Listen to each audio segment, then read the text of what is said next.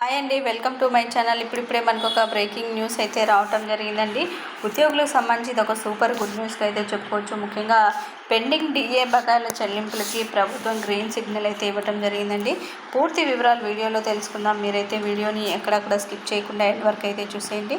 Video నచ్చినట్లయితే తప్పకుండా ఒక లైక్ చేయండి. అదేవిధంగా తోటి ఉద్యోగులకైతే ఈ వీడియోని షేర్ చేయండి, వాళ్ళకు ఉపయోగపడుతుంది.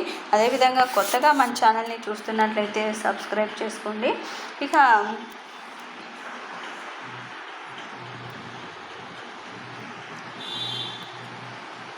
ముఖ్యంగా పెరిగిన ధరలకు అనుగుణంగా ఉద్యోగ ఉపాధ్యాయ పెన్షన్లకు కేంద్ర ప్రభుత్వం నిర్ణీత గడువులోగా కరువు భత్యం డిఏనైతే మంజూరు చేస్తూ వస్తోందండి.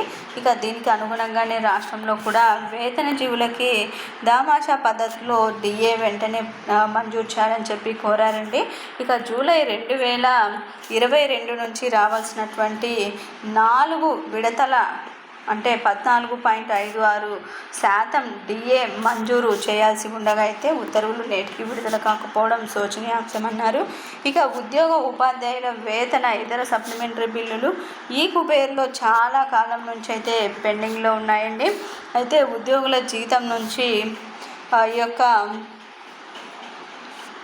మినహాయించి జీపీఎఫ్ నుంచి అడ్వాన్సులు, పాక్షిక చెల్లింపులు బిల్లుల సైతం నెలల తరబడి ఈ కుబేర్లో పెండింగ్లో ఉన్న బిల్లుల్ని మంజూరు చేయడానికైతే ఉద్యోగులైతే సీఎంనైతే కోరడం జరిగిందండి. ఆయన సానుకూలంగా స్పందించి ఆగస్టు